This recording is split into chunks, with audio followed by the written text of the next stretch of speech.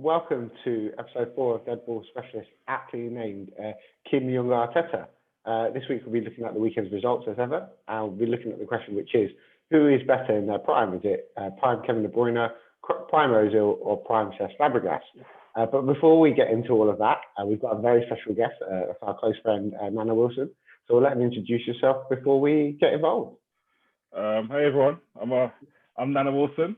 As in, yes, Nana like the grandma. Everyone's heard it before. I worked at Canal and Ahmed for 5-6 years now. Yes, sir. When I first met Ahmed, I had an afro. It was awful. But that's what he does to you. We both had afros.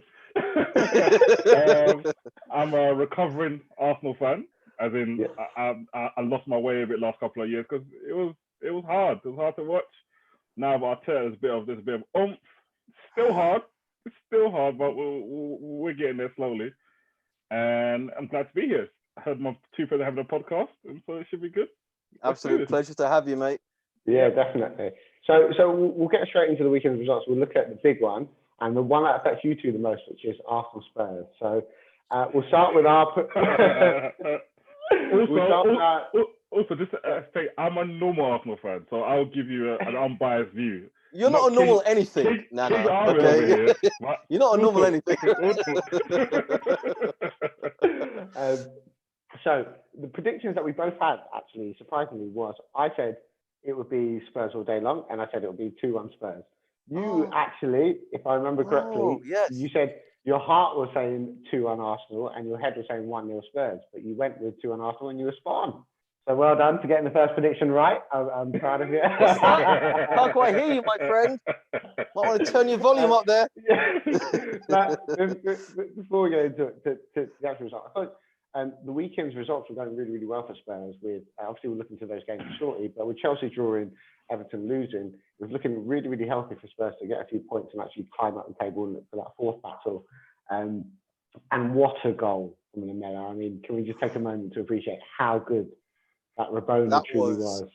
Filthy, absolutely filthy. To me, that's the Miller to a T. Like, he's an outstanding player. He just needs to put it on more. But like as a player, day to day, skillfully, he's unbelievable. He's up there, honestly. And it's, if I was a Spurs fan, I'd be fuming having a player of that quality and who's never really shown it. Really, yeah, I'd be upset. But that goal was absolutely filthy. I saw it and I was like, I had to applaud.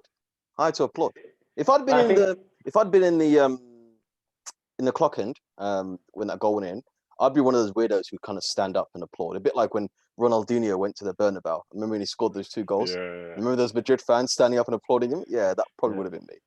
Like, I physically couldn't do what he did without breaking a hip. Like you legs cross, and that's it.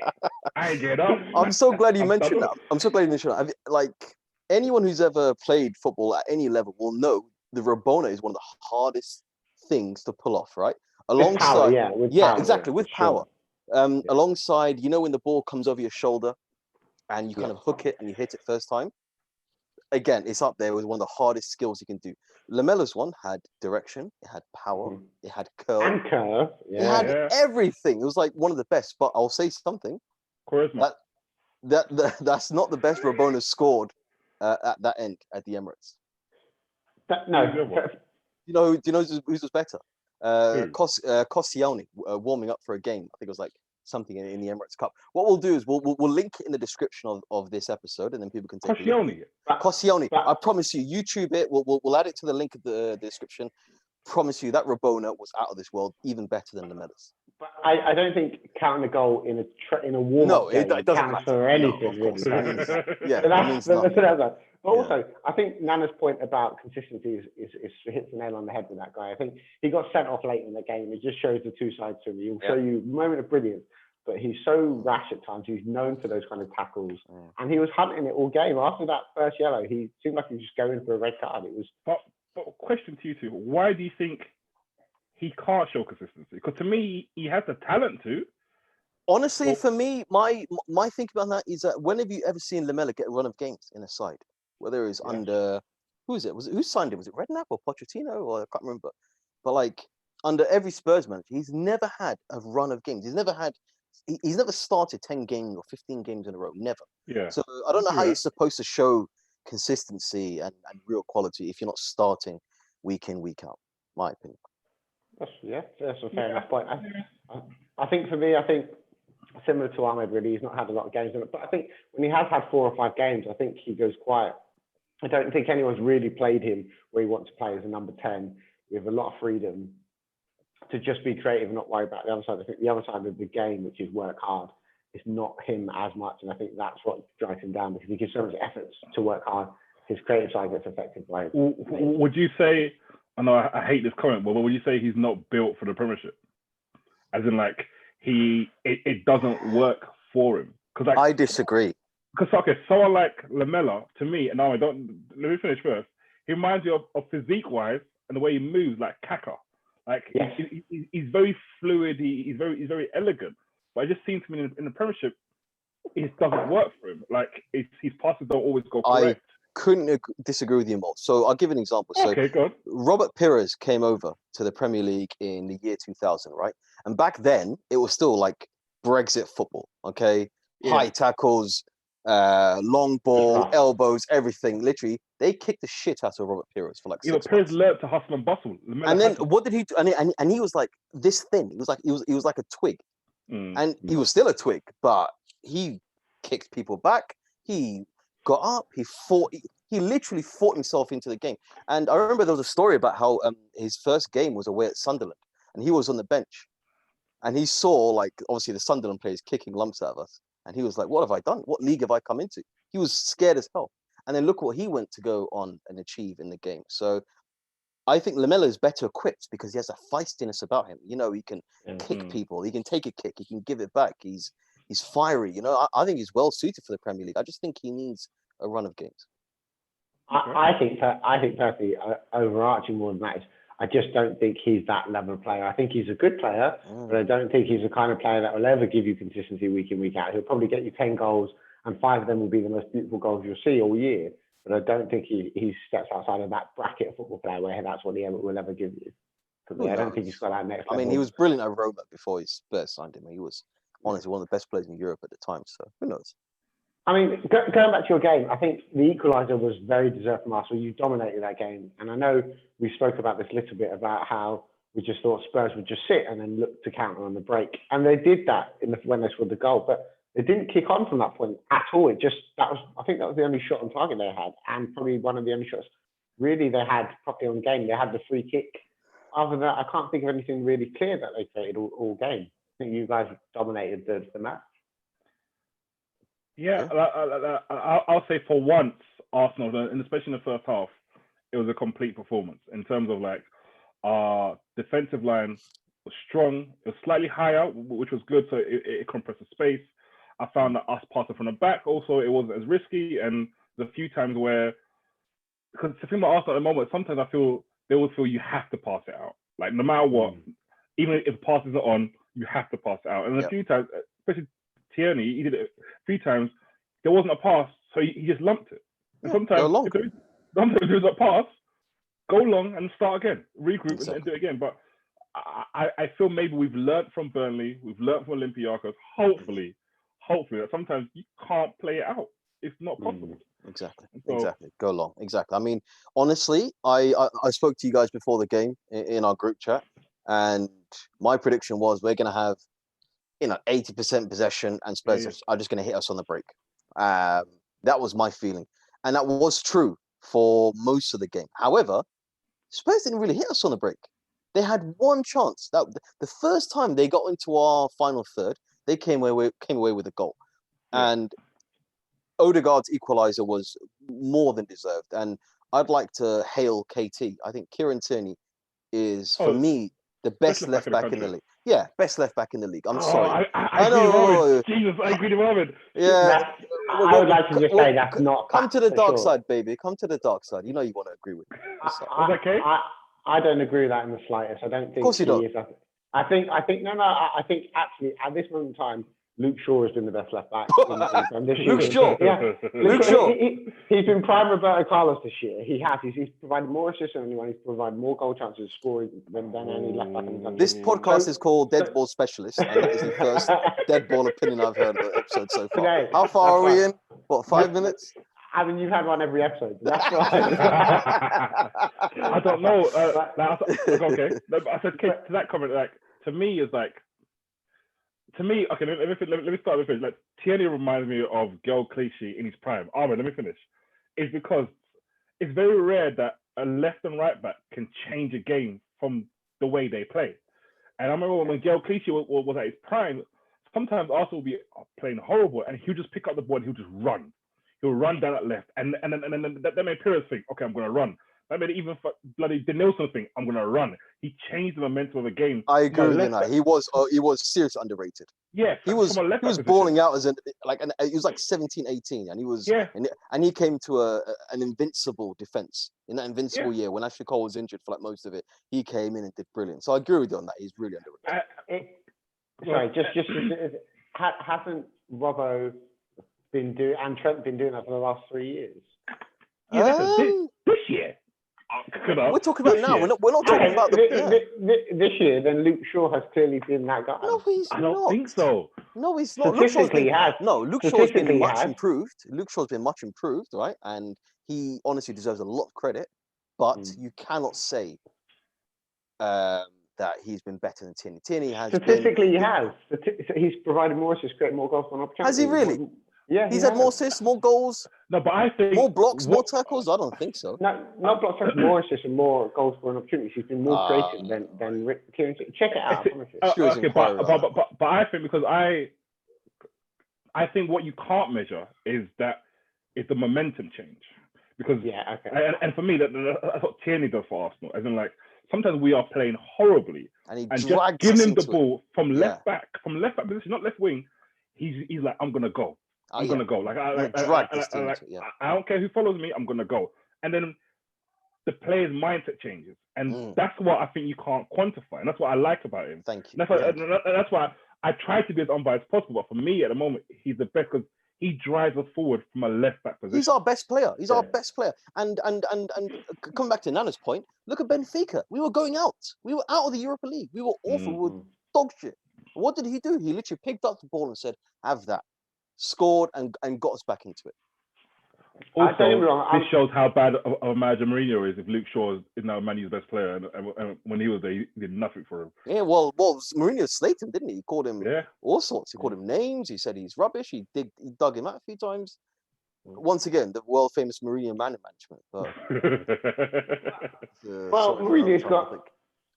Even if you think about this game, he's got 3 players that really should be carving you apart in Bale, Son, and Kane. I know Son come off early, and then they're coming in, but equally in that game, you'd think they would have done so much more than what they did, and that's just Mourinho's tactic at best. If I was a Spurs fan, I'd be so pissed off. Honestly, like we honestly, if I was a Spurs fan, I'm thinking, go at this defense, go at them, press them from the first minute, high intensity. You know, they could have got something. Harry Kane. I'm sorry, but there's like missing posters stuck up around the Emirates for this guy. Like, have you seen me? You know, last seen around N5. What the hell? That guy was gone. Obviously, Son got injured, and Bale was thinking about his tee-off time at the golf course at 9 a.m. tomorrow morning. You know, probably wanted to rush home to polish his clubs. Like, honestly, that was such a disgraceful performance by Spurs. Another thing as well, I thought the referee was fucking disgraceful because Højbjerg should have been because you know why? Because Højbjerg, right? He and he's very clever. And if it was one of my players, I would applaud him. He does this thing where he does like loads of little fouls that sort of stops momentum and stops you building up, right? And what referees should do is that if you do a few, you get a booking, and if you keep carrying on, you should get another booking. Lamella should have been sent off before his palm in the face of Tony. He should have been sent off before that, but he wasn't. See, but I think that little foul thing, again, it's about perception. And that's why I feel it's always unfair because players like Fernandinho do this. Oh, and he made a career out of it. And that's classed as being smart, being tactical. Yeah. But and this is me support a Spurs player, because Højbjerg doesn't play for Guardiola, it's seen as being dirty and stopping the game. And I think that's unfair because Fernandinho's been doing that for years. And it was like, oh, he's so smart, he knows how to break up the play. The same thing. I agree with you. I agree with you. And if he, like I said, I just wish Xhaka had the brains to do that for our he side. hasn't. But you know, the guy. Xhaka's brain cell is left in what brain Bulgaria. cell? Man had a lobotomy. He has no brain.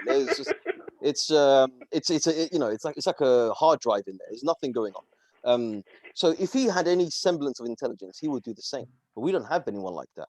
But I agree with you. I do think, however, that kind of play, listen, it deserves a yellow card because what you're doing is you're disrupting play, you're disrupting momentum. And okay, one, maybe two, but on the third time, you should be booked.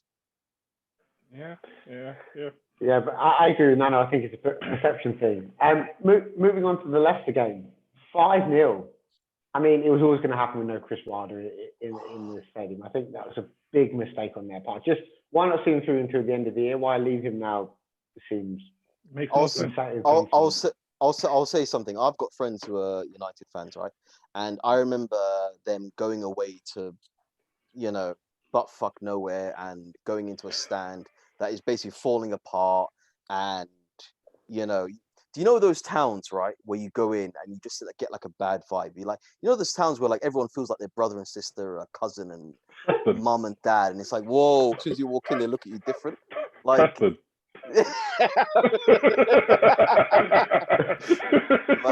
man knows exactly. Preston is a prime example. Like, you go in and you're like, okay, I really shouldn't be here. Okay, my mates went to those towns, okay, and saw their team get battered 4 or 5-0. And they nearly went down to League Two. They were in League One at the time. Chris Wilder came in, absolutely transformed that club. They went up to the Championship, and the next year went up to the Premier League, came up to the Premier League, and was so refreshing. And for me, played some of the best football I've seen since Wolves' first season. That double pivot centre back thing. Absolutely, it's very rare. Brilliant. You have it now this year with Guardiola and Cancelo. Yes, has been the inverted left back. That's brilliant, but it's very rare someone does something in football which you think, oh, why has nobody ever thought of that? But just the fact he had a centre back revolutionary who no one could pick up. It was amazing, and also like they're going down anyway. Why not just stick with him and let him come back up? Like, I don't understand. Give him another chance. Like a prime example, the Norwich manager Daniel Farke. Yeah. Okay, he brought Norwich up, did a great job in getting them up. Obviously, they got relegated. They were by no means a horrible team in the Premier League. They did quite well. So. Okay, they've gone down. Now look at that. They're 10 points clear in the Championship. By the way, shout out to my boy Todd Cantwell with an absolutely wonderful strike today. Sign him up, Arteta, if you know what's good for you. That's the first I've heard of him. How good is he? Oh, we were linked with him when they're in the Premier League. We were going to buy him. Okay, he is like, imagine a kind of silkier version of like James Maddison, right? He is not as good as Grealish. No, nowhere near as good as Grealish. I mean, Grealish is on another planet, but he's of that ilk, okay? And I think he deserves a big move to a big team. And I just think on the ball, he's fantastic. Left foot, right foot, gets goals. He can switch it. Fantastic player. How old is he? He's young. He's like 21, 22, something like that. Very young, and also as well the fact that he wears his socks low. He's got his shin pads like everything. That's a big thing for you, isn't it? Really for me, oh my god, come on! If you wear your socks low, I'm saluting you. So I was a huge fan. I'm a huge fan of Izzy Perez. I think we mentioned this before. I think he's a great player. And really, it was just a second half onslaught from Leicester. It wasn't like in the first half Sheffield United were under the cosh. But really, just as soon as the first goal went in towards the end of the first half, it was done. It was just done, And I mean, Iheanacho's hat-trick, that last goal was delightful. Edge of the box, loads of power, loads of direction. Do you rate him? It's nice to see. I don't rate Iheanacho. I mean, he scored a hat-trick today, but I just don't think he's no good. I think he's not good. I think Leicester could do much better than him. I think he's a good second striker at a club like Leicester. Not like really. a third or fourth choice striker, he's a good choice. For a club like Leicester. I think, you know what? 40. 40 what? Naira?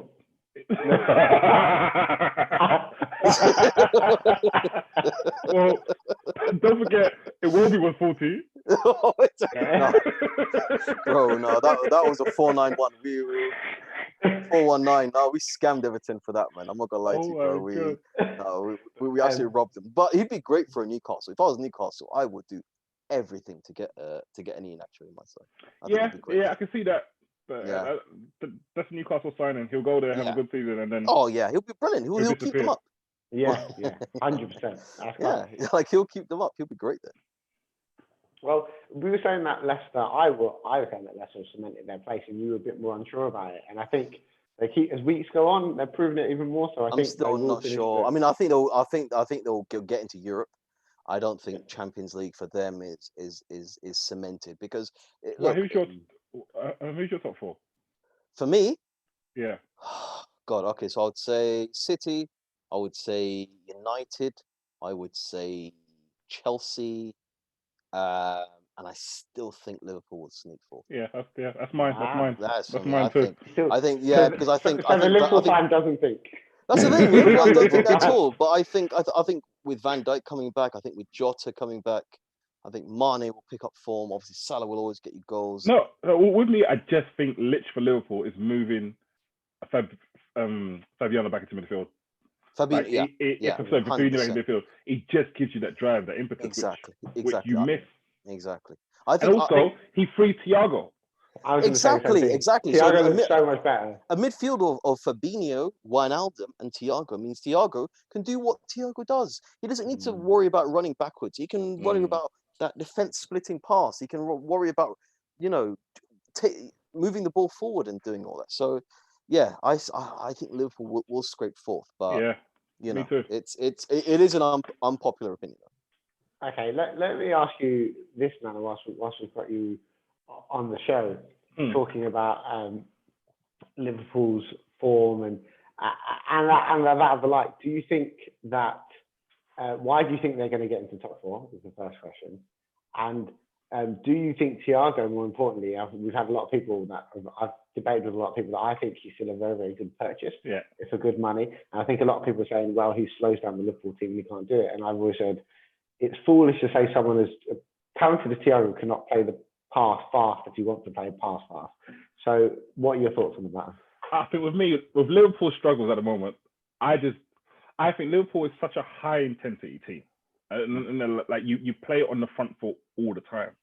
So as soon as you drop Henderson and Fabinho back, you lose that. And because your game is so risk, it's all about the last ditch tackle here or the last bit of press here. If you don't have them players do that, teams can come at you. So that's, I think, teams now think we have a chance because we have a split second more than centre midfield because no one's snapping out our heels fast enough. And also, Mane and Salah have had bad seasons, but they're still brilliant players. Like their class will always stay. So I think they'll just pick up towards the end of the season. You got Klopp as well. Like Klopp will get them working again. And that thing about Thiago, I think, is absolute nonsense. I think Thiago is one of the greatest midfielders like we've seen in our era. And because sir.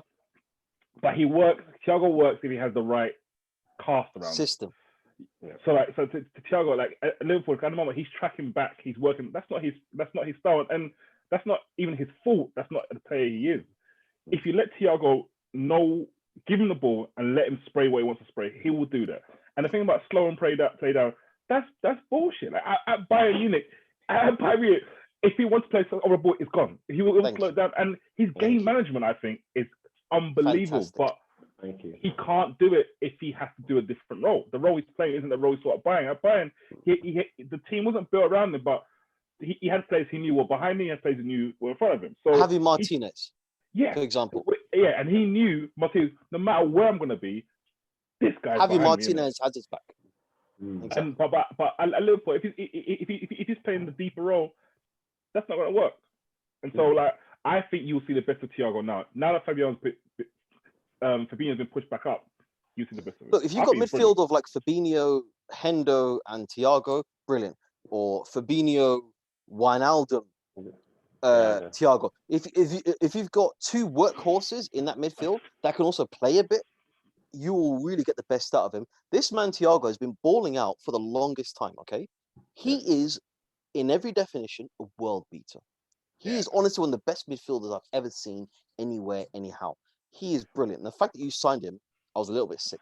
So one of my favorite compilations on YouTube is Thiago top 10 assists. Okay. All right. Cool. Kuna, do me a favor. Put that in the description alongside Cos's because Rabona. Some of them you're like, I know what the player's gonna be because I've seen the goal, and I still can't find the pass. And you see them. One of them I saw was like a no look pass. He was like, what? And I'm like, what? Yeah. No. Look, I think the pundits which don't rate Thiago. Don't watch. They don't know football. I think so. Also, a conversation we had today about pundits, like, I don't sound bad because of like pundits like Michael Owen, James Redknapp, they don't watch European football. They're Premiership focused. So if it doesn't happen on a Saturday at 3:00, they don't know about it. These men watch horse racing. How could you expect them to know anything about ball? Like, I'm sick of this. Okay, they played football. So what? So what? That means that they know what they're doing. Robbie Savage played football. What the fuck does Robbie Savage know? I'll tell it quickly. Who's your favorite pundit?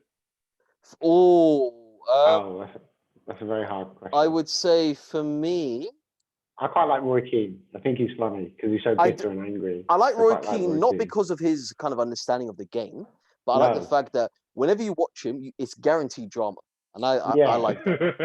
And it's genuine. It's really genuine. It's genuine. And from that time, I heard him say that he would punch up David De Gea in the dressing room after letting that goal against Spurs. I was like, I like that. Another one I like as well, not because he's good, like tactically, Patrice Evra, because that man is a loose cannon. He's a loose cannon, bro. Bro, the man Evra sets us back, bro. Yes, I'm not gonna lie. Patrice Evra has set black pundits back like 500 years. I'm not gonna lie to you. The man has basically like reduced all our opportunities. But the last World Cup, I turned it off.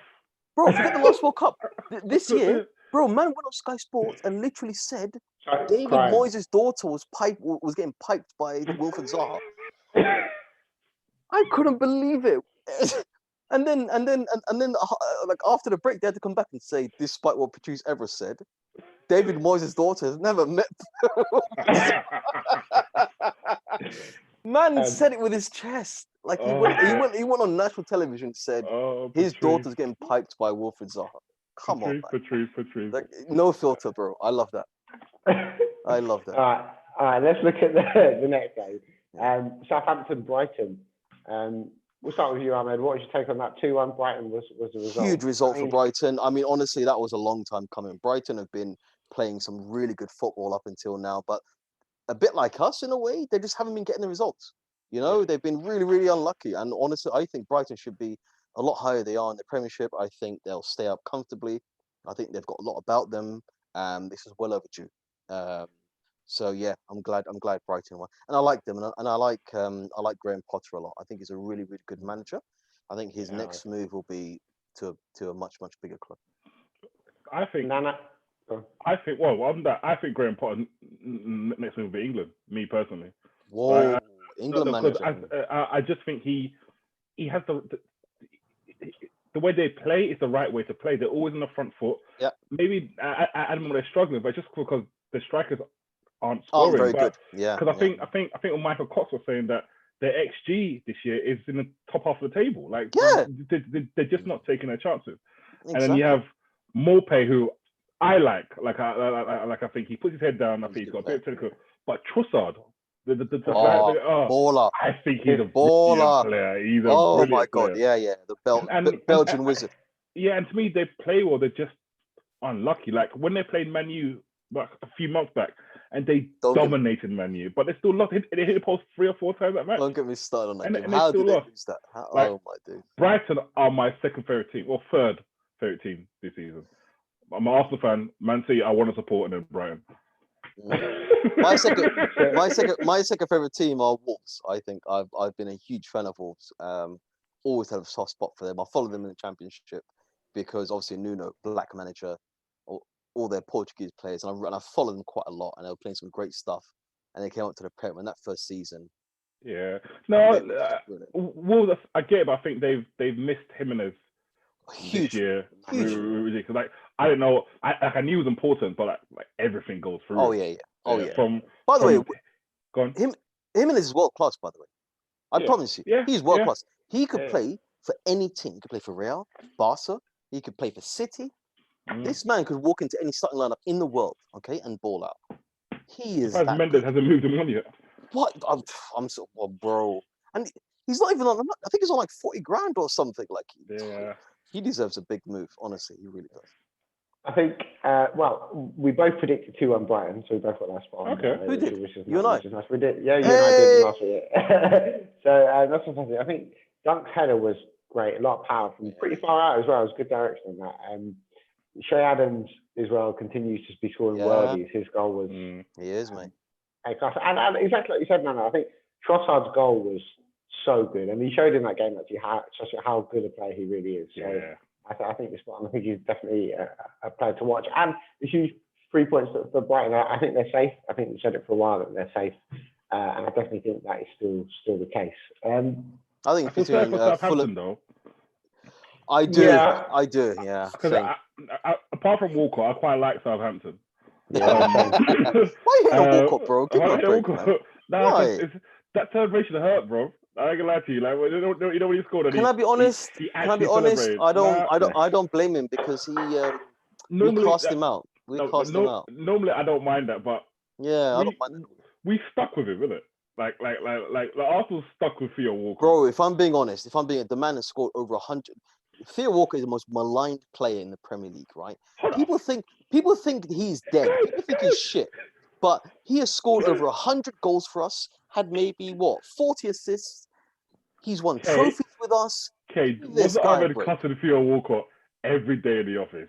And it was me saying Theo Walker scored about 14, 15 goals a season for the last 4 or 5 years. Ahmed used to go at him. Personally, I do not recollect this conversation. And you defended him so drastically when we were debating in the first episode of the year, and you were debating how good a player he was, and I was arguing that I'm saying he's underrated. I'm saying he's underrated. I'm saying he gets a lot of stick. Okay. I'm saying he's unfairly labeled as a brainless, horrible footballer. When if we really look at what this man has done throughout his Arsenal career, he deserves more respect. That's what I'm saying. He deserves respect. 10, 12 goals a striker every single season. 10, 12 goals? What are you talking about? The guy has got over 100 goals for us. Yeah, but he's there for 10 years. That's 100 goals. Hold on. Let me get my calculator out. 10 goals a year. Let me do the maths, denominator, take away. But for me, 10, 12 goals from the right wing when you're not playing every game, that's quite a good return. That's quite a good return. And he was injured for most of every season anyway. So that's something. You know, he scored big goals for us. You know, Barcelona, Spurs, cup finals, multiple cup finals. Like, give the guy some credit.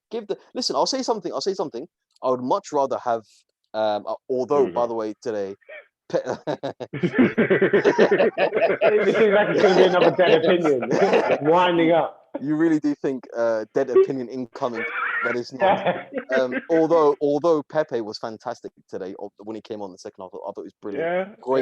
Great ball into Laka, by the way. But I'll say terrible. I'll say something. If I could have Walcott even now over Pepe, I would take it. You wouldn't. Yes, I would. You wouldn't. Yes, I would. You would. Because Pepe annoys me, but Pepe, there's something about I still think he's gonna come good. Pepe's one of those players. Pepe's one of those players that you have on like. He has it. Okay, you should get it, but he has it. He has the talent. Excuse me. He's that guy that will show you 5 minutes of good stuff in the game, and that's it. And everyone. Kundalini, what did I say to you about Pepe a couple of months ago? I said to you, right, I don't think he's going to make it Arsenal, but I've always said to you, right, from day one, and you can confirm. Make it Arsenal. No, he will make it somewhere. There's a player in there. Exactly. And I've always said there is a player in there somewhere. But I don't think General Arteta, okay? I don't think Kim Jong Arteta is the man to get it out of him. I think Wenger could get it out of him, but I think if you went to a team like Dortmund or someone like that, Pepe would ball out. Pepe would be the next Dembouz. Pepe would be the next Ousmane Dembele if he went to Dortmund. Who? Seven Charles Dembele. you inviting him? Why are you inviting him? You don't rate them booze? Come on, man. Man's a baller, bro. Come on. Okay, Burnley, Everton. 2-1 Burnley. Massive result. Nana, do you want to kick us off on that one? I don't know who scored Burnley's goal. Do you know his name? Dwight McNeil. Oh my God, what a hit. This is brilliant. Again, this is the first I've heard of him, and not even just the goal, just his all-round play, and he's one of them. McNeil has been balling out for ages, bro. No, but I've heard his name, but I haven't watched him play. But on the podcast, so I tried to watch as much football as I could this weekend, and it's just like he's what I call the new age, like the anti-pressing midfielders, and like he's so before he receives the ball, he knows where he's gonna go. Before he receives the ball, he knows where he's gonna spin to. And I think in this age where every team is trying to press, you need a player who can get you out of that, because once the team presses, they come 2 or 3 deep. If you've got a player that can break that, they've lost 2 or 3 players. And then as you attack, then players are behind you. So like I've heard his name, but when I watched the match, I thought, who is this guy? And then his goal is topped off. His goal is amazing. The way he saw the stamp. That's what they call it, Nana. The postage stamp. Well, actually, no, it was the top left, but like top. Yeah, I mean, to be honest, if you wrote a letter and you put the stamp in the top left-hand corner, they'd probably send it back to you. But I see what you're trying to say. Yeah. Top bins, basically, and it was what a goal. I really rate this guy. Great player. The thing with this game though is that it was a massive game for Everton. Like, it was a massive game because you think Chelsea the day before drew 0-0. So for them, the advantage in their hand. I think if they won that game, they would have gone level on points with Chelsea with the game in hand. So it was a massive loss for Everton to not win that game. But I know Everton are doing well, but Everton are still Everton. So like, do we expect them to be? Where they are? Yes. Well, no, because they've got Don Carlo in charge. They've got one of the best left backs in Europe in Luca Digne left back. Yeah. They've got Calvert-Lewin up front. They've got Richarlison. They've got Doucouré. They've got Allen. So Allen is they are where they should be. They got James Rodriguez. Don't forget that they have got James. Honestly, for me, they should be like 4th or 5th. I'm sorry. And they are pushing that. They're what? They're close, but I mean, for me, that result is really. If I was an Everton fan, I'd be screwed. It's criminal for Everton. I think so. I think also Burnley played some really, really good football in and around the box all game. I think they did. And you don't really see that too much from Burnley. Because I always see them as a 4-4-2 cross it in. Win. Burnley are out here with their Nigel Farage football. Okay, this is why they will never go down. This is like this is proper Brexit football. They are never going down. No. Ashley Barnes, Chris Wood. It was Brexit football. No. West Brom is No. West Brom is Brexit football if their campaign had failed. That's not. It's not Brexit football. That's UKIP football. Everyone thinks, they're doing quite well. No, they ain't doing well. This is like, give £350 million to NHS every week football. Burnley. Compared to Nigel Farage getting hit with a milkshake football. There's levels to this. There's levels to this. Also, as well, West Brom have black players, so it can't be proper Brexit football. Whereas Burnley are like, you remember that scene from Family Guy when he's got that color chart and it's like, okay, not okay. Yeah. And he goes, and you got like the shade, you go from like white to dark. Yeah. No, Burnley got a black player, haven't they? Burnley like, bro, you better be on holiday and have a tan right now. Otherwise, you are not getting a game at our club. That better be a tan. Fulham City, so 3-0 City. I mean, the league's a foregone conclusion now. And I think we touched on this. Fulham did really, really well to stay in the first half of that game.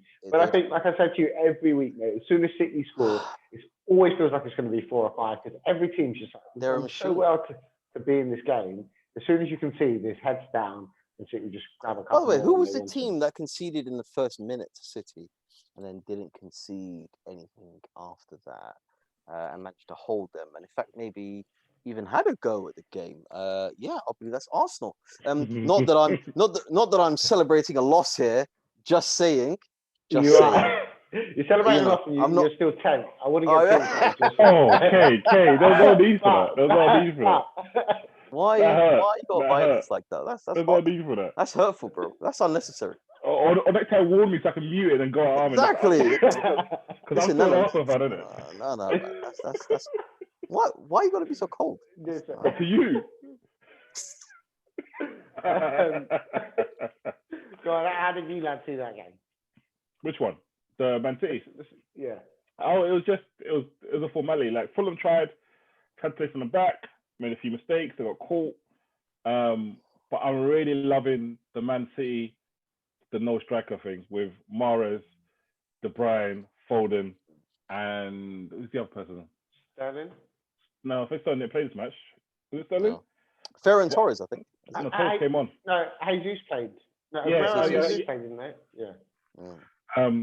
But it's just and also like how high their left and right back. It's so, like I don't know how they do it. Like, do you know what it is? It's shades of Spain in Euro 2012. Do you remember when Torres was on the bench and they had no striker and they won like pretty much every game and they bossed the whole tournament. False nine. It's not even a false nine. It's no striker. It's no striker. Like, how are they doing this? They are Skynet personified. They're a machine. They grind you down. But I think with me, it's just the fact that Guardiola realized this year is going to be a different kind of year, and he changed the formation to fit it. Like I think again, my cost was saying that they don't press or sprint as much as they did last year. They don't. I've noticed that. With him now, it's about positional play. So it's not about you running towards the ball and trying to win it. It's this is my space, and I'm going to defend this space. And I'll let you come onto me, but as soon as you get into my space, I'll come out to you. And it's just the fact that he realized there's going to be three games a week. We won't train that much. We're going to be tired, so let's stop pressing. And I think you talked about it earlier, where you talked about like press proof, right? Man City are press proof. You cannot press them. Press them, and they will embarrass you. They will just lop it over the top. They will beat you every time. I've not seen a team beat City's press this season. I don't think. Sorry, apart from Leicester. I think when Leicester went there and won. I think you're right this season. I think last few seasons they can be pressed. This season, I agree with you. I think the thing for me is, I think Nana touched upon it earlier, is for me the biggest change is the Cancelo running into that centre mid role, and basically as soon as they've got the ball, they drop into three at the back, and it's at five in the midfield, and they just consume. Overloaded. It's just and they are the best, and we've talked about this before. It's like they are the best team in the world at breaking down a low block. You can't really play a low block against them because their players are so clever that they will find gaps everywhere. So it makes no difference how you play it. You press them, they'll beat your press. You play a low block, they'll beat the low block. They are unbeatable right now. By the way, shout out to Gundogan, by the way. Gundogan has been stunning. Like, how good has he been? Like, honestly, like he's been the player that we saw at Dortmund that season. 2012, 2013. He's really reaching those heights right now. He's had a lot of injuries and obviously struggled with that. But this season for me, it's been his season. Now, see, for me, it's Cancelo, because you're telling a left back to play centre mid when you have the ball, and he's spraying out through passes left, right. Yes. I mean, still doing his job. Like, he plays two positions a match. Okay, cool. Yeah, I agree with you. And Cancelo's been amazing, but this is kind of testament to how good City have been. For me, he's not even second. For me, it's Ruben Diaz. Ruben Diaz has been the best centre back in the league by a country mile this season. How good has he been? Yeah, no, he's been brilliant, and it's his first season, by the way. He's made Stones look good again. He has made Stones look great. Stones scoring goals as well right now. I mean, I don't know if he made Stones look good or Stones has been genuinely kind of showing the promise that he showed at Everton around 2013, 2014. I think some defenders make other defenders, like Van Dijk makes everyone look brilliant next to him. Like, no matter who you are. Van Dijk makes everyone look brilliant. Joe Gomez looks like prime Maldini next to Van Dijk right now. I mean, let's be real about it. I would love to see Van Dijk with Igor Stefanos, though. Something only God can change. Big Igor. Listen. I'm not going to talk about Igor, bro. Do you guys see Mustafi yesterday? Where? Again, we'll put it in the description. Kundalini reminded me. Obviously, Mustafi's gone to Schalke, right, on a free. Yeah. They're like bottom of the league, haven't won in like fucking 15 games, and he scored the most spectacular own goal ever. And I'm there watching with the biggest smile on my face, thinking, "Thank God, this is not me suffering at the end of this. I'm so happy." I know a couple of Schalke fans, and I was like, "Oh, but he cost us 30 million." Do you know what I think to myself? Just a crumb. Just give me 5 of that million. That's all I want, because he's not worth that.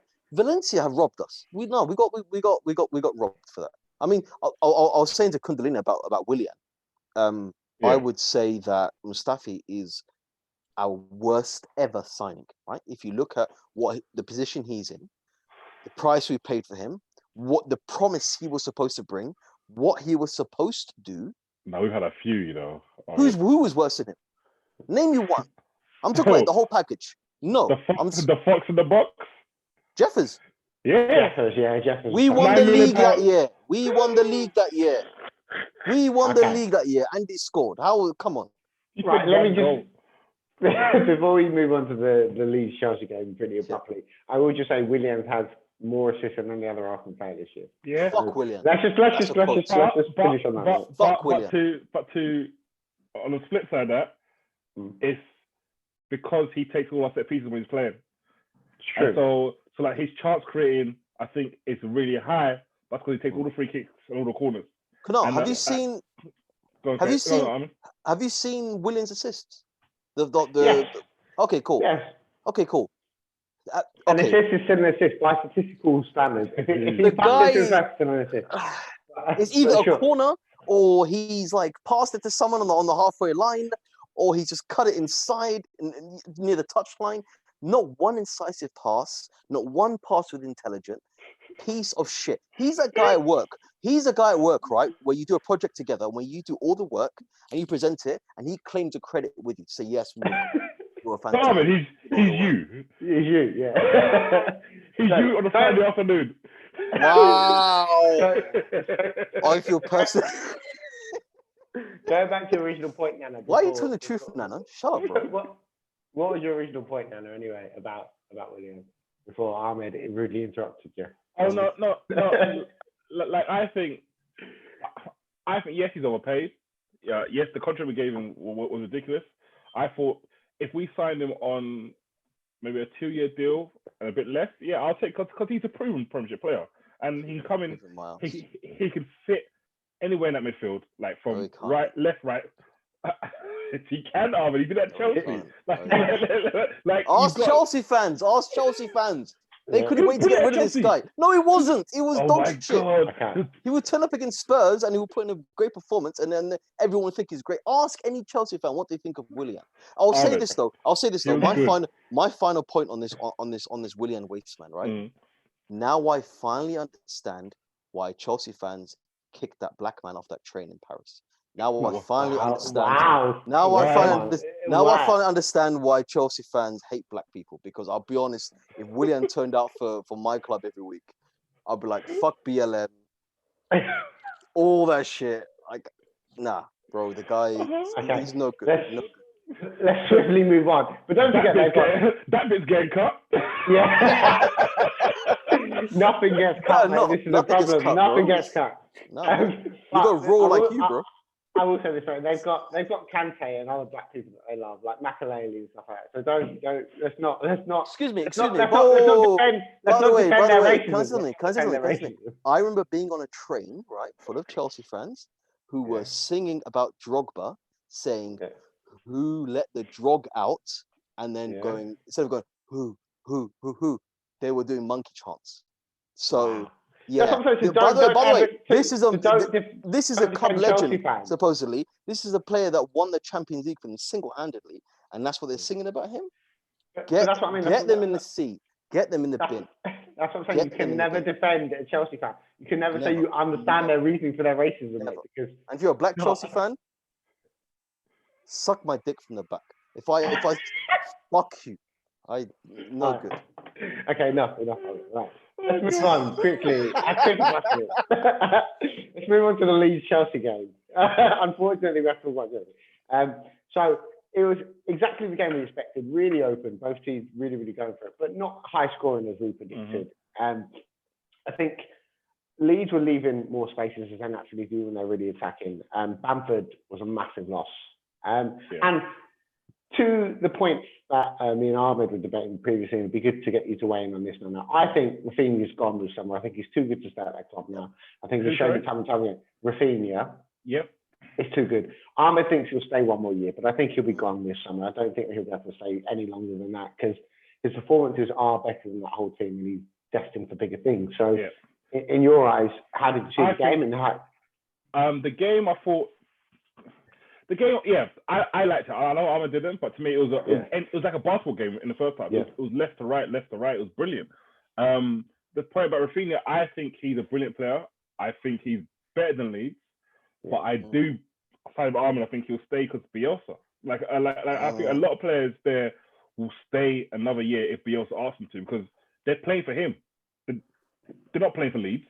They're like, and that's what Bielsa does. Like he makes the players play for him. So I think unless it's something ridiculous big from a massive team, which I don't think there will be in the next transfer window because of COVID, I think he'll stay for another year and he'll stay. But I think he's a brilliant player. I think again the way he receives the ball and the way he turns is just brilliant. Because to me, that's something you can't teach. You know, Thiago has that. Like he'll take the ball anywhere. It doesn't matter where the ball is. I'll take it and then I'll deal with it. And to have that kind of player, it's amazing. Absolutely amazing. Baller. I think Leicester 40 mil was a perfect club to go to. He would be a great signing for Leicester. I mean, think so. That's a great shot there, Kundalini. I think he'd be perfect for like a Leicester side. I think at the moment, who do they have on the right? Is it all Brighton and someone else? I think. And Damari Gray. I think. No, he's gone. By the way, is he gone now? He went to Germany. I think he went to Stuttgart or someone. But yeah, like Rafinha on the right for Leicester. Oh my God! Harvey Barnes on the left, Rafinha on the right. Oh my God! Up front. That's a dangerous attack. What better left to right? You know, of the teams that play 4-4-2, is there a better left winger, right winger? That's like it's almost Pires and Lundberg. Ooh, it's a huge compliment. I didn't rate Lundberg. Let's leave that. Whoa! No. Let's move on to the Newcastle game. Can't. Because time is running low. So let's move on to the Newcastle. I'm going to call you later now, by the way. Let's move on to the Newcastle video game, which was 1-1. So Ahmed, how did you see that one? I would say Newcastle were deeply unlucky not to win that game.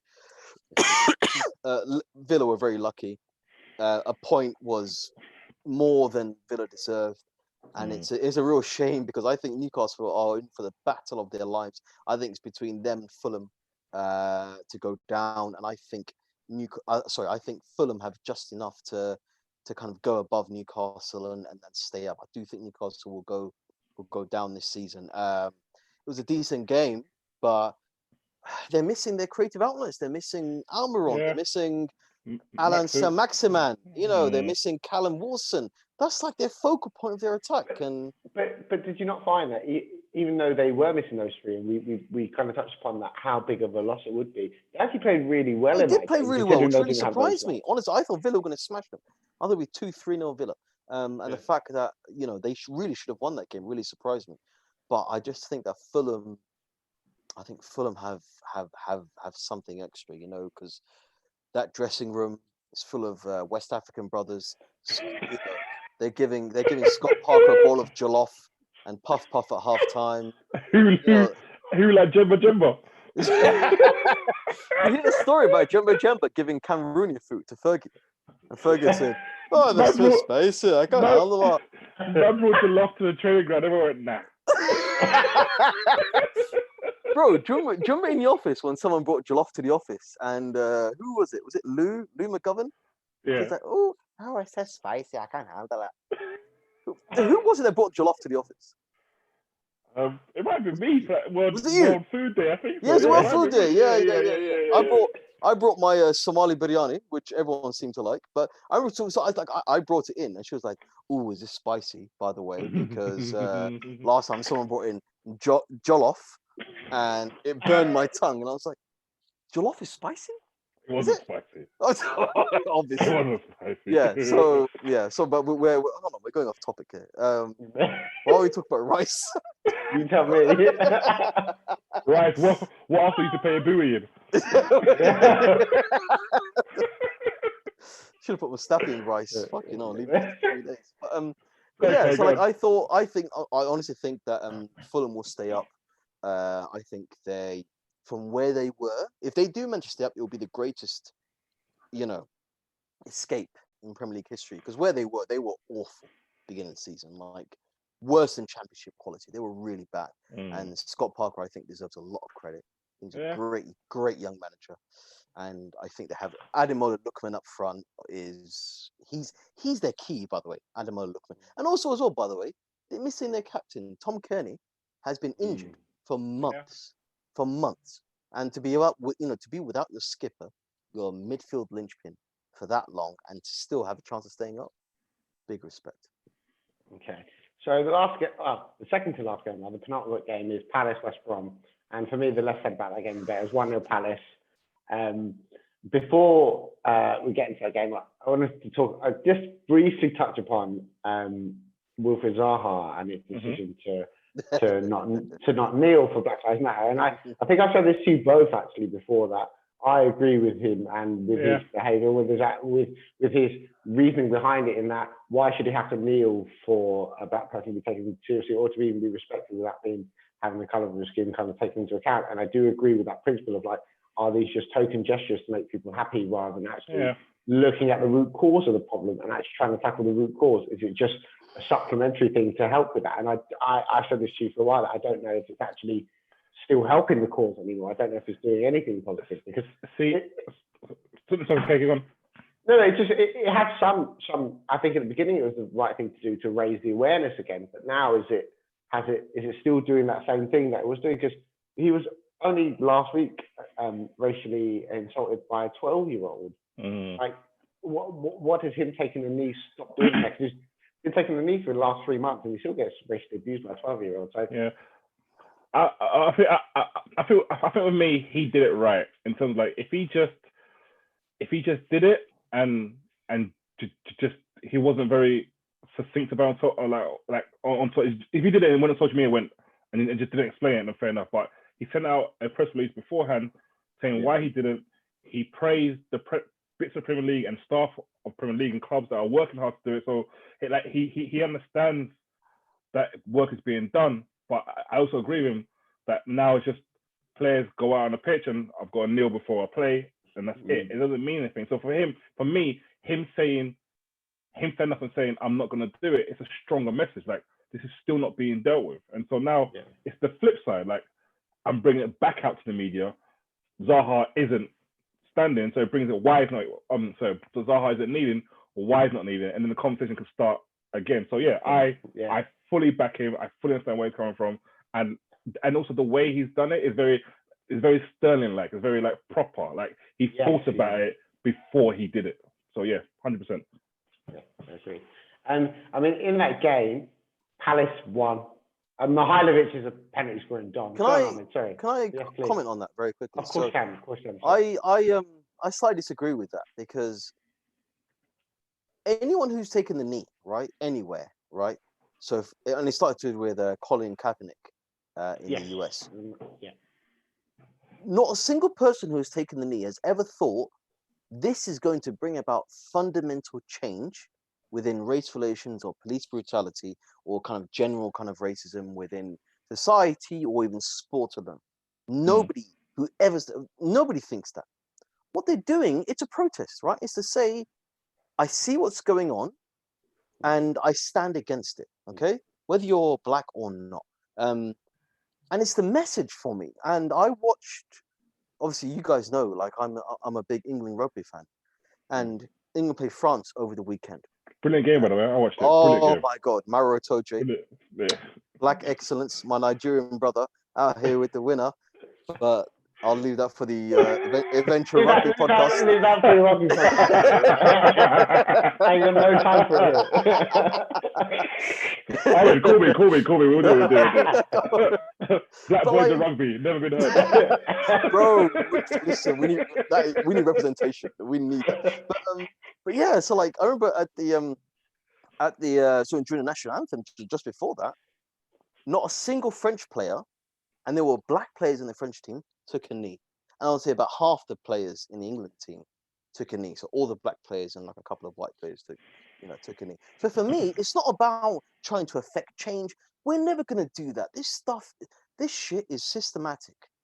Yeah. We're never gonna change it. We are never gonna change it. Especially if we live in the West. It's ingrained within the structure and the society, whether it's the monarchy, whether it's the police, whether it's the government, whether it's kind of major corporations and companies. Racism is built within the fabric of all this. We're never going to change it. But what we can do is to say, whoever I am, I'd like to formally protest it and say this is what's happening, and this is me showing that I'm against it. That's all it is. But I get. I was going to say, but I get where Zaha's coming from, because what he's seen is we've been kneeling since the summer, okay, and we've been talking about this for 100 years, and nothing has happened. Nothing has changed. And also, let me just quickly, just before you make your point, Nando, how many players genuinely do you think are taking the knee and having the conscious thought of this is what it's doing? And also, how many people are watching that game and seeing these players take a knee and having that conscious thought of this is why it's happening? Has it not become routine now? Is more Yeah. Sorry, no, but what Ahmed just said then about racism is systematic and is deeply ingrained. This is why I support Zaha in what he's doing, because like with race especially, it's like it comes out big and then it just fizzles out. It comes out big, there's a flashpoint, and it just fizzles out. And I feel this was happening with this. It came out, everyone's taking the knee, it's on the media, everyone's talking about players taking a knee. And now it's like, they come out, they take the knee, they mention it, players taking a knee, they don't mention why they're taking it anymore, but we're sort of, and it's done. So we're back in the same place where everyone knows it exists, but we just accept it. So for Zaha to say, and don't forget, he's the first Premiership footballer to do this, he's brought it back out in the papers. He's brought it back out in the media. So now it's going to be another news cycle where they're talking about players kneeling, why they're doing it, the reasons behind it. And so he's brought it back to the forefront. And I think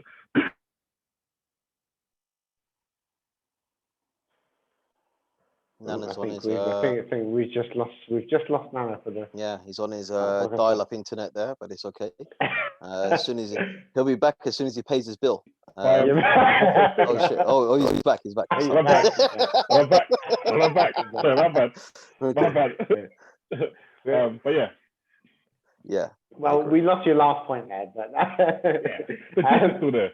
Yeah, the gist is still there. So, the last game we'll talk about before we get on to the most interesting topic from tonight's show.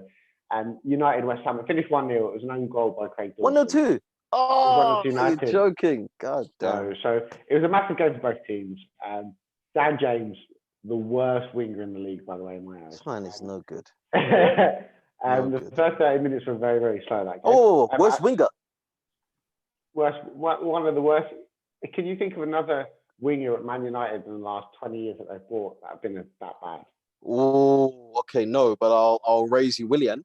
I'd rather have Dan James than Willian. But forget about Willian. You just hate this guy. You just hate Man United. I do hate this guy. Man United. Obertan? Was he a winger? Yeah, Obertan was a winger. Yeah, Obertan was awful. I don't think you. Okay, Obertan, Bebe, Dan James, all in the same category for me. That's funny. That's like one was homeless.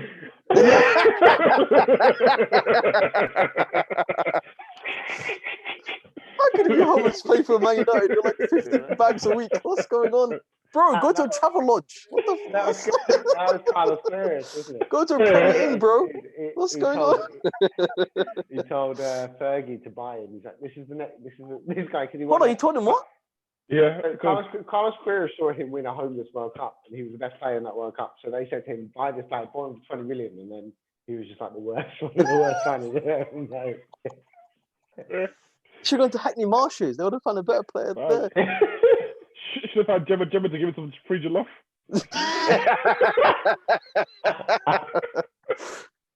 Okay, I need to try Gemma's jollof for real. I'm not gonna lie. let's move on to this big question. And I'm going to answer this last because I've got some stats on the matter, which I think is going to blow the argument out of the water.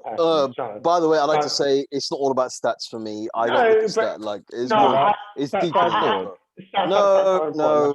The modern game is all about stats. So listen, sorry, very quickly, sorry, Kunal, before you go along. If you look at Zidane's stats, they weren't that great. They really weren't that great. So, are we denying that Zidane is the best midfielder to ever play the game? Okay, but that is a very different argument because these three players all play attacking midfield. So where the stats are a lot more important than Zidane, who was a central midfielder who played a different role to all three of these players. These three players were centre mid, but they can play essentially number 10. See, I would change that. I've got a point about. Let's start the conversation about. Yeah, go on, Ahmed. Go. Okay. So, like I said, I think the stats will kind of will take a lot of the argument away from stuff. So I'll let you two kick off first. We'll start with Nano as he is our guest for this week. So who do you think is the better player and why? Fuck. With me, because I thought about this, and I find it hard to compare Cesc, Ozil, and KDB. I think you can bracket KDB and Ozil in the same thing, but I think Cesc is different, and I'll explain. Cesc to me sat a bit deeper, and so he picked up the ball from deep positions. Yep. And then also he was a more vertical. The way Cesc moved was more vertical, so it was up and down, up and down. Ozil and KDB are Italy they call Mazzala, so they're central midfielders, but they drift out into the wings, and they play more lateral. So then when they get the ball, they move the pillow position. Yeah. So Well, Pirlo was a bit deeper. Well, yeah. Well, Cesc played the pillow position. Cesc did. Yeah, that's what I mean. So to me, I find it hard to compare and Cesc was more about, to me, power and strength and impetus. Even though it was small, it was I'll pick up the ball when I'll drive forward and then I'll spray it out. While I think Ozil and KDB, because they played in the hole. Yeah, and so then they start slightly wider. Yeah. And then they drift back in, which I think is a lot easier because they're finding the spaces. And also, go on. So let me just jump in there because I struggled to Cesc in the argument as well when we talk about Ahmed was adamant. So if you want to take him out of the argument for the time being, feel free and focus on De Bruyne and Ozil. So De Bruyne and Ozil, that's difficult. And to me, that's not ridiculous. Difficult at all. It's an easy choice. No, as in like Ozil is mercurial. He's amazing. He's wonderful. And I think his best season for Arsenal was 15-16. He had 19 assists, 6 goals. When that French bum Olivier Giroud shagged him and fucking ruined his record. But the thing that if we go by stats, okay, like KDB will always be to me better because he had a better cast. As in like Ozil, when Ozil came to Arsenal, Ozil at Real Madrid, his cast he had were quick players over the top. They go round you over the top. Go on. He had, you say his team at Madrid was Ronaldo, Xavi Alonso, Angel Di Maria, was a stellar cast. It's not like... Thank you very much. He had a better cast than Kevin De Bruyne. Thank you. No, but I'm talking about the type of player. So like, and he's out here playing with Mathieu Flamini. Come on, man. That's Ozil. To me, Ozil wants someone to stretch the play and so that he can then play the balls in. When he came, Arsenal striker was Giroud. Giroud left the ball to feet. And so I feel the space became more compact for Ozil because we weren't spreading the ball, weren't spreading our player as wide. So I thought to him it was a lot harder. KDB has the cast, and the Guardiola's style is all about making the pitch as wide as possible. KDB picks the ball up with more space, and he's got more time to turn, and he's got players who are already on the front foot, as soon as KDB gets the ball, they're gone. Sterling's gone. Aguero, Jesus, they're gone, and so he's got a better Bernardo pick of passes. Yeah. But I still think it's hard. I think KDB's a better midfielder. Ozil's a better player. I know it's hard. It's hard to explain. Like, I see where you're coming from. You think Kevin De Bruyne is a better all-rounder? Yeah. But Ozil is potentially the better in what he does. Yes. Would Yes. be the best way to put it? Yeah. And it's like KDB. I think if I had to, if you give me 100 million to buy a central second midfielder, I'll probably buy KDB because I can get 80% of the Ozil, but then I can get the tracking back. I can get the tackling back. Would you buy KDB when your striker is Bentner and Giroud and Yaya Sanogo? Would you buy him then? Yes. Do you know why? No, you wouldn't. No, you wouldn't. No. Let me finish because KDB can do both. I feel he can play if someone gets the ball, and also KDB, if he needs to, he can the ball and he can shoot from outside the box. Ozil never do that. Sometimes, Ozil I seem to remember Ozil scoring a bang against your boys, the Black Stars, you can't pick up one 2010 goal. World Cup. You can't pick up singular goals. He scored plenty of goals. Yes, but Ozil was always, he looked to pass first. And yes. if your cast isn't good enough, then you've got to take the ball out and just start shooting. You've got to pick it up and to me, KDB does that. Like if he hasn't got a pass, true, he can bend it top corner. I can hit it from about 35 yards. Ozil will always, and take the play. That's his mentality. I'll pass out. I'll get it back. I'll look for space. Sometimes you just need someone to take the ball. I love Ozil. I do agree with you. But I'd like to hear your thoughts on Cesc though. Cesc. Yeah, because you've not mentioned it. To me, it's hard. Like if Ozil and KDB are better than Cesc. Yep. To me, let me finish. But Cesc does more. To me. As in, like, how are they better and he does more? How does that work? Let me finish. As in, like, and this question I started for ages to think about. Like Cesc, to me, because he picked the ball up from deeper, he has to be a bit stronger. He has to be a bit feistier. He does more than like Cesc will track back, tackle, turn back, and spray the ball out wide. But if you want a player purely to play between the lines in the final third, the other two are better. So that's why I took Cesc out. Is what do you want from your midfielder? Because I think Cesc can't play the role where you're asking Ozil and KDB to play as well as them two, because that's a very unique role. I don't think he can. Ahmed. Can I be tagged in here? No, not yet. Finish up. And that's it. So if I had to pick a player to be in my 100 million team, it'll probably be KDB. And I'm sorry, I think Ozil's a better player, but I think KDB will give me more. Okay, cool. So clearly you've been drinking. That's number one. Secondly, can I be tagged in here? You were going to go next anyway, so by all means, it's all yours. Cool. Okay, cool. So I'll give you my ranking right now. So I think it's KDB, I think it's Ozil, and then I think it's Cesc. And I'll explain why. Cesc Fabregas, right? The first time I saw him play in the first team match was at the Community Shield, or the Charity Shield, as it used to be called for us old man.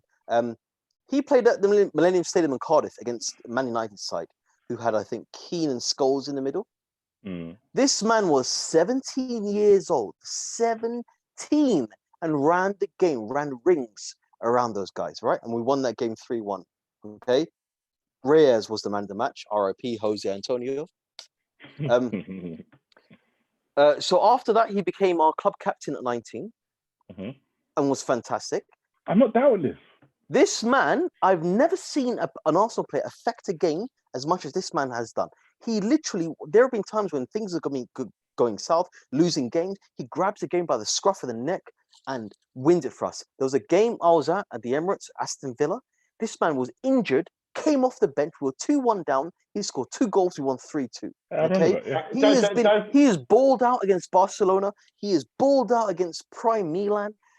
He has been honestly the best midfielder I've ever seen at Arsenal, alongside Patrick Vieira. Him and Patrick Vieira are beyond levels. And he was a kid. I don't dispute holds that. all kinds of assist records. His influence on the game is unrivaled. This man he's too good. He's too good. He won the World Cup for his country. What more do you want? He won the European Championship for his country. What more do you want? Okay. Is that your order and that's your whole argument for No, these no, guys? no, no. It's not my whole argument. This man was Oh. press proof. He would pick the ball up from deep. He was box to box. He would But so's defend. KDB. So's KDB. More than Ozil. No. KDB's box to I box. guarantee you. If you look up the most goals scored in a season, I guarantee he's got more goals than KDB. I guarantee if you look up the most assists in a season, he's got more assists than KDB. That's actually Okay. wrong. No, he's not wrong. No, he's not wrong. No, he's not wrong. Your stats for factually make you are statistically wrong. I'm telling you that I've got a Tell me, what is it? You are wrong. What is most it? amount of assists in the season is Kevin De Bruyne on 20, joint with Henry. 20. 20 joint with Henry, not Cesc. Okay, that is true. That's not a fact. So you can't make up anecdotal stats, mate. Okay, cool. Hold on. I'm talking about like in general. KDB like scored more goals than Cesc and played far fewer games. I think KDB's at 41 goals and Cesc was is it? 25. Yeah. I think that, but okay, right. So let me go through. Still, fuck KDB. Give me Cesc. Okay, I'll go through my arguments and why. I think it goes from the De Bruyne number 1, then Cesc Fabregas number 2, and then Ozil number 3. And I'll tell you why. And we'll just kick off with some stats a little bit. The only reason why Fabregas really is knocking on that door with Kevin De Bruyne is because as a trophy haul, Fabregas has won 15 trophies, including 1 World Cup and 2 European Championships. Kevin De Bruyne has won 12 trophies, and Ozil's won 8. So Ozil's won the least out of all of them. Number 1. None of them have won a Champions League. Both Ozil and Cesc have won a World Cup, but Cesc has won 2 Euros. Ozil came to Arsenal the year that Real Madrid won their 10th. Decima. So he moved over to Arsenal, and then they won that Champions League. So obviously we know he's sick as fuck. No, but he didn't win it. But anyway, no, he didn't. I'm saying, but like his teammates, he left. He could have won it. He could have won it. But I mean, I would be sick if that was me. But that's another story. If we then break it down, De Bruyne is the youngest. He's 29. Ozil's 32, and Fabregas is 33. Now Fabregas has played 745 games, scored 119 goals and 190 assists. So his stats are pretty good. There's no two ways. Okay. But De Bruyne has played 320 games less. He's played 421 games, scored 104 goals. So only 15 away from Fabregas with 300 games to catch that up, which he'll easily do. He's got 170 assists, so that's 20 assists less than Fabregas, and he's got 300 games to hit 20 assists, which he'll more than comfortably do. If you look at Ozil's stats, he's got 102 goals, so less goals than Kevin De Bruyne and Fabregas. He's played 581 games, so he's played more games than De Bruyne as well. He's got 7 more assists than De Bruyne, and De Bruyne will comfortably get 7 assists in 150 games without thinking about it. De Bruyne assisted 20 goals in a calendar year. Only Henry has matched that feat. He's a better all-rounder than both of them, De Bruyne. And since De Bruyne signed in August 2015... Hold on. De Bruyne is the better all-rounder. I think he's the better all-rounder than the other two, yeah. Than Cesc? Then Cesc, I don't think Cesc can play number... I don't think Cesc can as effectively do that number 10 role as De Bruyne or Ozil. But De Bruyne can... won Euro 2020 playing at number 10 or number 9. It's a false 9. What are you talking about? But he didn't. You're talking as if he was the star player in that World Cup. He was one of them. He was the main man at Euro 2020. No, he wasn't. He was false 9. He was. They didn't have a striker. We talked about this. Anyway, since De Bruyne has signed in August 2015, no player has assisted more in the Premier League, and Ozil has been in the Prem since then. So we talk about how good Ozil's numbers are. Okay, let me get this right. So KDB was assisting to Sergio Aguero, and Ozil was assisting to a donkey patisserie manager in Olivier Giroud. This guy was stomping grapes in Montpellier before he came to us, bro. Come on, man. But also, just one last thing. Another man who knows football, which is Xavi from Barcelona, has come out and said Kevin De Bruyne is the best midfielder in the world. Just to back up my argument a little bit more, he did in 2020, August 2020. He said that. Okay. I do. And I think for me, Ozil is probably the most beautiful assist out of all three of them. I don't think anybody caresses the ball better than Ozil in that scenario. Yeah. I don't think anyone strikes a ball better than Kevin De Bruyne in that scenario. I think he's got the best shot, and he's the most attacking goal scoring threat. And I think Cesc is the most controlling of a game within those three. So I do think they'll slightly different things. Yeah, you're right. But It's all very different. I'll say this. Have you ever seen anyone on the pitch do what Ozil has done? Like, I've been at games before when I've watched Ozil, and I've never seen another player do what he has done. I'm talking about assists. I'm talking about finishes. I'm talking about crossfield passes. So there was a game at Anfield. And again, please put it in the description. I'll send you the YouTube link, right? When we played, your boys and I, we absolutely played you off the park. Obviously, you guys wormed your way back in. It was 3-3 in the end. Maybe we watched it at a pub or something. I can't quite remember. Probably. But there was we were well on top, absolutely bossing the game. I think Ramsey crossfield passed to Ozil, and Ozil literally, right, Matrix style, jumps up in the air, left foot, brings the ball down, and silences the Anfield crowd. They're like, oh. No one ever done that? No one disputes this. Like, exactly. Basically, if you were a manager and you had to pick one of the players, you still pick Ozil, knowing that you have to win. Because I would never be cool. This is why I'll never be a manager, because I'll pick the players that I like, not the players that will win me the game. It's not because my thinking is emotional, right? I like you. I think you're great. I have a lot of faith in you. This is why I would bring back Aaron Ramsey, make him captain, and put him on 500 grand a week. Because if I love you and I think you're great as a player, I will give you my entire backing. So on that aspect, Ahmed, your second job is cameraman for Ottoman TV. Why? Bro, you know I hate those fucking cunts, bro. Why are you doing that? They got obliterated in the press today because they were celebrating Son's injury, like really, really. Oh, were they? Oh, that's disgusting. Yeah, and it's disgraceful. I just think it is fucking disgraceful, man. No, you shouldn't do that. Yeah, they are honestly. Do you know what it is, right? If I was the police, I would check their hard drives. Bunch of fucking nonsense, man. Can't stand those guys, honestly. And if you're an Arsenal fan and you're watching these guys, you need to sort yourself out. They profit off the misery of Arsenal. Well, come watch us instead. It'd be a lot better. Damn right. On that offensive note, we'll probably leave it there for the day. Thank you very much for joining us. Yeah, definitely. This has been amazing. Oh, good. I'm glad you like it. Perhaps exactly. Perhaps a regular appearance from the Just call me. You know what I mean? I did my haircut, my hair did, my nails did. Oh shit! By the way, bro, you are looking fresh as hell right now. Oh my god, thank you, man. Any ladies watching this, I'll give you their number. Just let me know. He's a good guy. That's my boy right there, man. No, but really, it's been fun. Like the Kevin De Bruyne, Cesc Ozil chat was interesting, just to see everyone's. ADB's a fraud. But, yeah. You're such a hater. I think what I got from that is me and Kanal are similar, and Ahmed's very emotive. It's more about what I got from that is that you and Kanal are wrong, and I am once in the right. But it's okay. The King's path is a lonely path, so it's all good. Right, so we'll put those links in the description. Yeah, and, please do. We'll join you for week 5. Thank you very much for joining us. Yes, thank you. Thank you, guys. It's been brilliant. Thank you. Peace. Bye-bye.